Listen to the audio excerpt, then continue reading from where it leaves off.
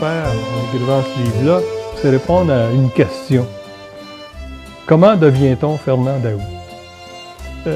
C'est un homme que tout le monde a vu à la télévision, ou dans des réunions syndicales, devant des grandes assemblées, dans des réunions politiques. Un homme qui a l'air distingué, très posé, très articulé, le langage châtié, jamais un juron. Il a l'air presque d'un aristocrate. Pourtant, il a été élevé dans un milieu populaire, un milieu très pauvre. Le faubourg Ramlas, le bas de la ville. Ça m'a sûrement marqué, ce milieu-là. Famille monoparentale, il faut le souligner. Ma mère est seule, elle a 3 enfants. Moi, je suis le plus jeune à faire vivre, elle doit travailler elle-même, reçoit peu ou pas de soutien de sa famille immédiate, là, son père, sa mère. C'est pas des gens très riches qui eux-mêmes connaissent des difficultés à ce moment-là. Alors, tout le monde se serre la ceinture. C'est la vie. C'est la réalité. Ma mère est couturière. Elle travaille au salaire dans des ateliers de couture. Je me souviens que à tout moment, puis à toute occasion, elle va travailler 3 mois, 6 mois dans tel atelier, puis à un moment donné, il y a des mises à pied, puis elle doit se chercher un autre travail. Alors, elle court les ateliers, surtout dans le bout de la rue Saint-Laurent, où il y a beaucoup d'ateliers en bas de Sherbrooke jusqu'à Craig. Elle nous parle pas souvent du syndicat, bien qu'elle ait connu quelques représentants du syndicat des travailleurs amalgamés du vêtement et du textile, comme on les a appelés par la suite. Elle est membre de ce syndicat-là. C'est pas une membre très active. Vous comprenez qu'elle est mère de famille de 3 enfants. Tout son temps est occupée à s'occuper de la petite famille. Puis, comme on a des difficultés à payer le loyer, on déménage à peu près à chaque année. Toujours dans le même coin de la ville, là, dans le bout de la rue Rachel, Frontenac, Delorimier, Sherbrooke, et puis dans ce coin-là de la ville. J'ai 10, 12, 13, 14 ans, 15 ans. Par la suite, évidemment, ça s'améliore quelque peu par toutes sortes de moyens. Là, j'entends, les études, c'est pas très coûteux. Puis moi, je travaille l'été, puis je travaille la semaine à porter ce qu'on appelait porter des ordres pour une épicerie ou pour de petits restaurants du coin. On demeurait à ce moment-là sur la rue Emery, c'est le bas de la ville. Porter des ordres, à pied. Un peu en vélo, mais surtout à pied. Pour payer les loyers qu'il fallait bien payer, on louait des chambres. On n'avait jamais plus que 1 ou 2 chambreurs en même temps. Et imaginez-vous, nous sommes montés tout près de la rue Sherbrooke, la terrasse Saint-Denis, qui avait comme nom auparavant la montée du Zouave. Moi, j'adorais ce nom-là, montée du Zouave. Imaginez-vous, un Zouave. Bon, il y avait un petit peu plus de place. On pouvait louer quelques chambres de plus. C'était très noir comme maison, parce qu'on était dans le bas. Alors, on n'avait pas beaucoup de soleil qui rentrait dans la maison. Mais ça, on s'en accommodait. Déjà à cette époque, il est déterminé, il veut apprendre, il s'intéresse à tout, il est curieux.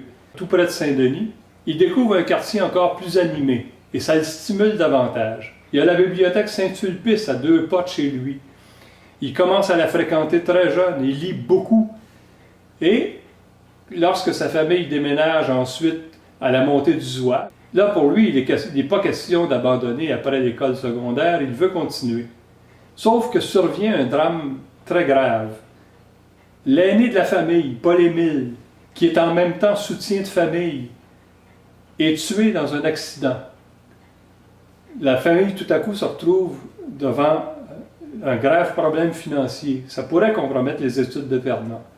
Mais avec le soutien de sa mère, une femme très courageuse, et aussi avec tous les boulots qu'il entreprend lui-même, tous les boulots qu'il effectue, Il a réussi à payer ses études. L'accès, c'était de faire des études classiques ou bien des études dans des écoles supérieures, comme l'école Le Plateau, c'en était une, dans le parc La Fontaine. Alors, voilà, j'ai continué la 9e année, la 10e année, la 11e année, puis la 12e année, pour aller par la suite à l'université. 2 ans à la faculté des sciences, enfin, mathématiques, physique, chimie, la faculté des sciences pures, comme on disait dans le temps. Et je trouvais ça bien aride. Ça l'est, de toute façon.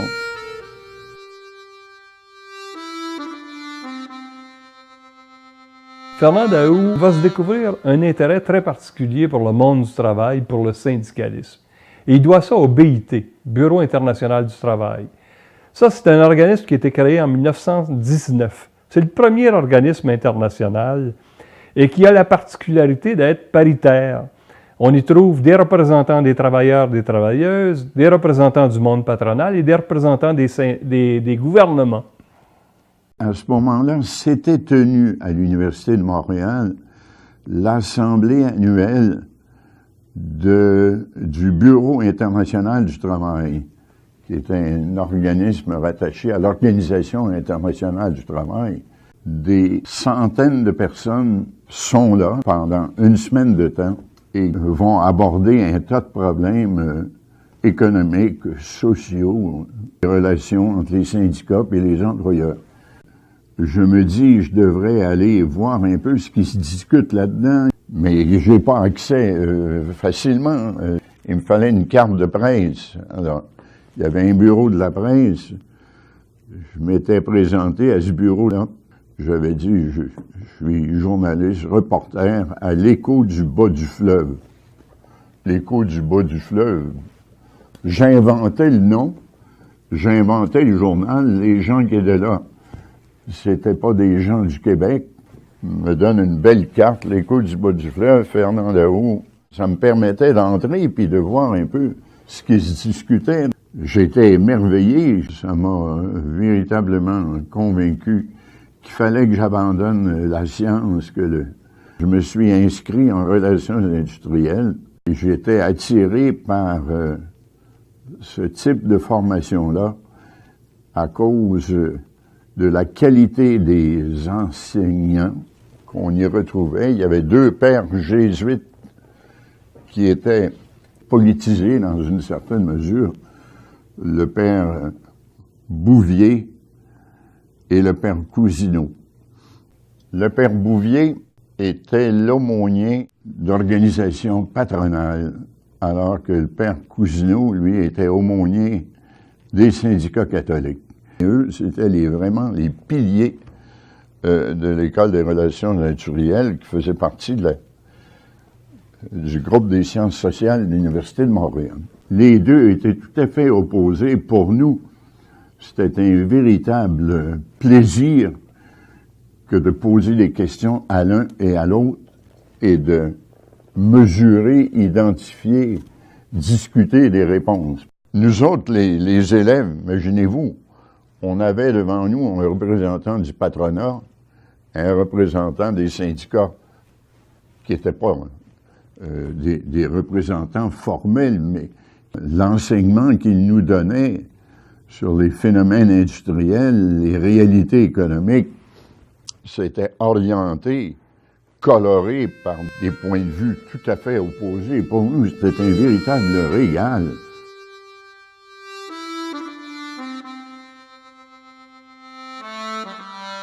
Au moment où Fernand Daou fait ses études en relations industrielles à la fin des années 40, au Québec, il y a 3 grandes organisations syndicales. Il y a la Confédération des travailleurs catholiques du Canada, la CTCC, qui deviendra la CSN plus tard, qui, comme son nom le dit, est d'origine catholique. Il y a les syndicats, les vieux syndicats de métier, les premiers qui ont été fondés au 19e siècle, à la fin du 19e siècle, et aussi les syndicats industriels. Des syndicats plus modernes, plus adaptés à la nouvelle réalité économique du monde industriel. Je me sentais véritablement attiré vers l'action syndicale plutôt que vers, je sais pas moi, les fonctions de relations industrielles traditionnelles dans les entreprises. On faisait des stages tout au long de nos études, des stages qui duraient pas longtemps, qui duraient quelques mois et qui duraient pas toute la semaine. C'était une journée ou deux ici et là. C'était très net dans mon esprit. Je souhaitais, à ce moment-là, travailler pour les syndicats. Le père Cousineau nous avait invités à l'accompagner, lui, puis en fait tous ceux qui étaient intéressés, à aller saluer les grévistes d'Asbestos qui étaient membres de la CTCC. Lui, c'était une tâche qu'il s'était donnée, nous y étions allés. Ça m'a marqué quelque peu de faire le tour des lieux, comme on dit, rencontrer les grévistes, nous assembler les grévistes.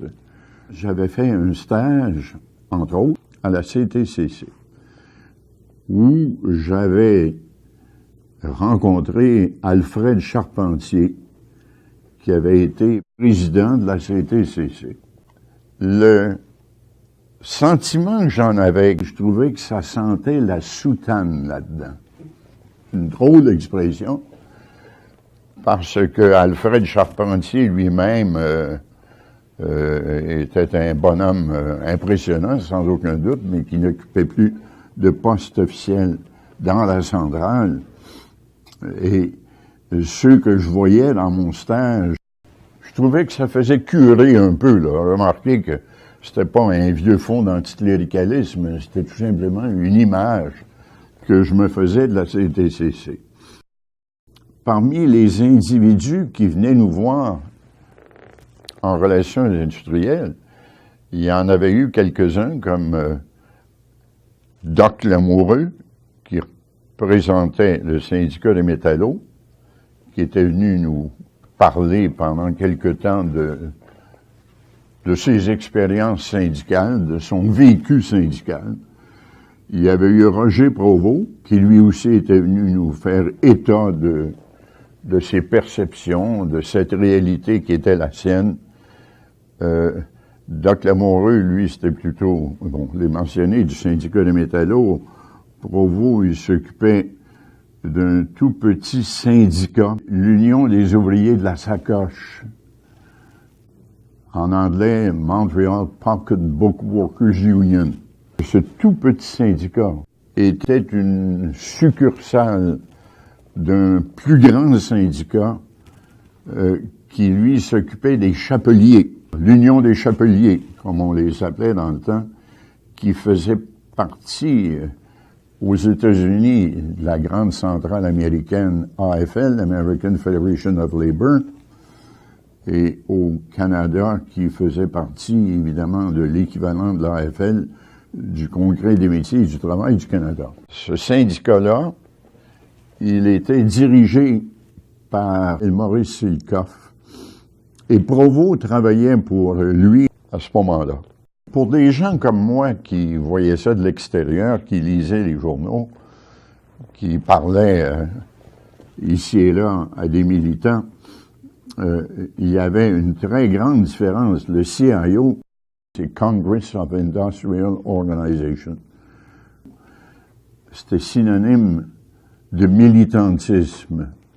De la grande industrie aussi, le CIO était implanté dans des secteurs comme l'automobile, la métallurgie, et regroupait tous les travailleurs d'une usine, puis essayait, dans le même secteur, de regrouper, évidemment, les travailleurs et les travailleuses, quand il y en avait, des mêmes secteurs. Pour nous, CIO, c'était militantisme. C'était Walter Reuther, un grand nom du syndicalisme nord-américain. C'était les travailleurs de l'automobile. L'autre grande centrale, c'était l'AFL, American Federation of Labor, la Fédération américaine du travail, qui était la plus ancienne des centrales syndicales américaines, la plus nombreuse aussi numériquement, historiquement bien développée. Ces deux organisations-là se sont fusionnées et sont devenues l'AFL-CIO. Un mariage de raisons, d'intérêts éminemment profitables pour les travailleurs qui appartenaient aux syndicats qui, eux, appartenaient à ces centrales-là.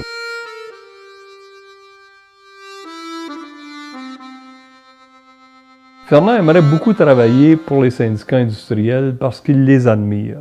Cependant, il n'y trouve pas d'emploi. C'est plutôt du côté des unions de métiers qu'il va se diriger.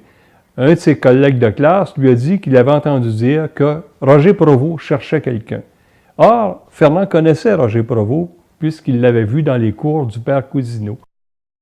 Provost m'avait dit « Je ne pourrais pas te payer beaucoup, mais ne t'inquiète pas, je te donnerai des billets de tramway. Tu pourras voyager en tramway.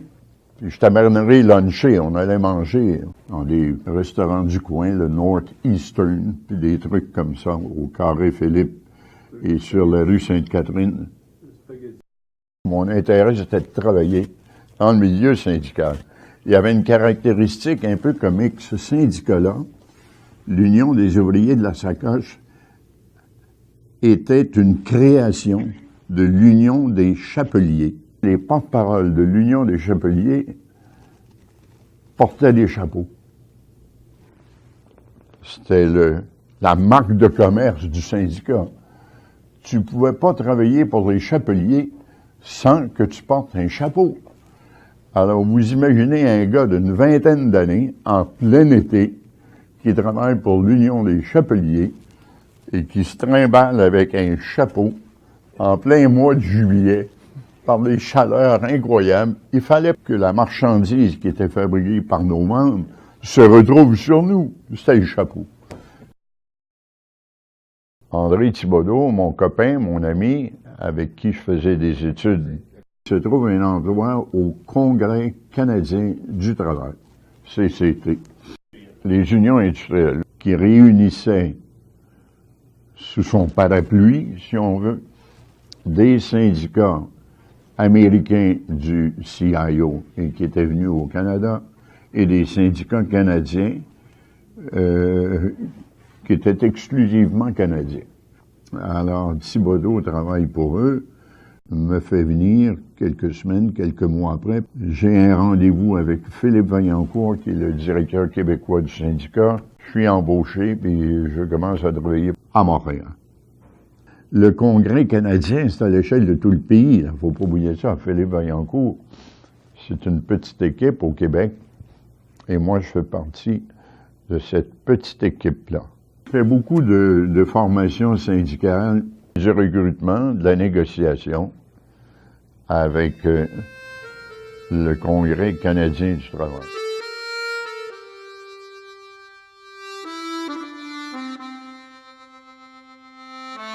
Au Québec, les syndicats industriels sont regroupés dans le Congrès canadien du travail. Mais le Congrès canadien du travail, c'est une centrale canadienne. C'est pas une institution, c'est pas une organisation provinciale ou québécoise. Les travailleurs membres de ces syndicats, les militants, les organisateurs, trouvent un peu difficile d'être représentés par une centrale canadienne et de ne pas avoir un outil de représentation québécois. C'est pourquoi ils décident de former, en 1952, la Fédération des unions industrielles du Québec. Il faut se rappeler qu'ils ont besoin d'un porte-parole fort pour faire face au gouvernement de Duplessis, qui est l'un des gouvernements les plus anti-ouvriers qu'on ait connus dans l'histoire du Québec. Bon, en anglais, écoutez, les gens le parlent un peu, ou le parlent pas du tout. Alors, il fallait des structures pour les accueillir convenablement. La Fédération des unions industrielles du Québec, la FUIC, est créée. C'est pas un organisme hostile ou parallèle au CCT. C'est un organisme québécois qui a des liens avec l'organisme canadien par ses différents syndicats affiliés. C'est l'affirmation d'une réalité, la réalité québécoise francophone, à l'intérieur de structures syndicales pan-canadiennes. En dehors du Québec, La CTCC était inexistante à toute fin pratique, alors que les différents syndicats au CCT avaient des ramifications ou nord-américaines ou bien canadiennes, très rarement exclusivement québécoises à ma connaissance. Il n'y en a pas eu beaucoup. Il y avait des amitiés, sans aucun doute, mais des liens formels. C'était informel, c'était des copains, des camarades. Mais des grèves comme celle de Dupuis et Frères, qui était une grève tout de même imposante, importante pour le Québec, ça c'était la CTCC du temps. Nous y allions par solidarité, nous y allions faire du piquetage. Il y avait des rencontres, mais il n'y avait pas beaucoup de liens.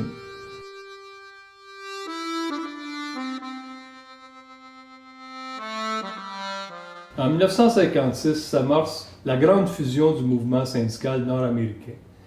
Aux États-Unis, la AFL se fusionne avec le CIO, c'est la AFL-CIO. Au Canada, un an plus tard, le Congrès des métiers du travail du Canada se fusionne avec le Congrès canadien du travail pour former le CTC. Et au Québec, un an après, en 1958, c'est la Fédération des unions industrielles du Québec qui se fusionne avec la Fédération provinciale du travail du Québec.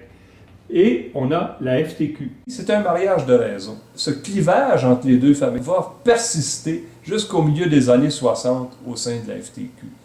Alors, la famille des syndicats industriels plus progressistes, la famille des syndicats de métiers plus conservateurs vont s'affronter. Le président de la FTQ, Roger Provost, décède en 1964. Il faut évidemment le remplacer. Il n'est pas question de convoquer un congrès extraordinaire ou spécial. Il va y avoir une période de transition. L'élection se fait, moi je me présente, Laberge se présente. Laberge est élu par une voix. Il devient président de la FTQ, élu par une instance jusqu'au prochain congrès général de la centrale qui se tiendra un peu plus tardivement. À la même réunion, je deviens vice-président de la FTQ. Et on attend le congrès suivant pour cimenter, préciser puis entériner cette décision-là. Au congrès 65, là, je suis battu par Gérard Rancourt au poste de secrétaire général. Gérard Rancourt, c'était un conseiller technique permanent d'un des nombreux syndicats de la FTQ. Il était, chez les travailleurs, amalgamé, quel nom? Amalgamé du vêtement et du textile. Cette centrale syndicale qu'est la FTQ regroupe de très nombreux syndicats, des centaines de sections locales, des courants très différents qui s'affrontent, s'expriment à l'intérieur de cette centrale-là. Alors, le président de la centrale, son secrétaire général et les autres dirigeants de la centrale doivent refléter inévitablement tous ces courants-là. Laberge et moi, on vient de deux centrales différentes, inévitablement. On vient de milieux différents. On a des points de vue qui s'expriment par des affrontements. Bon, entendons-nous, là. Chacun donne son point de vue. Mais ça a beau être pas tout à fait des prises de bec, là. Il n'y a pas des affrontements à n'en plus finir au moment des réunions des organismes décisionnels, mais les orientations sont différentes. Sur le devenir du Québec, la langue, sur les grandes orientations politiques qui commencent à s'affirmer, là, on est en 64, là. Bon, 65, 66. La Berge est plus conservateur.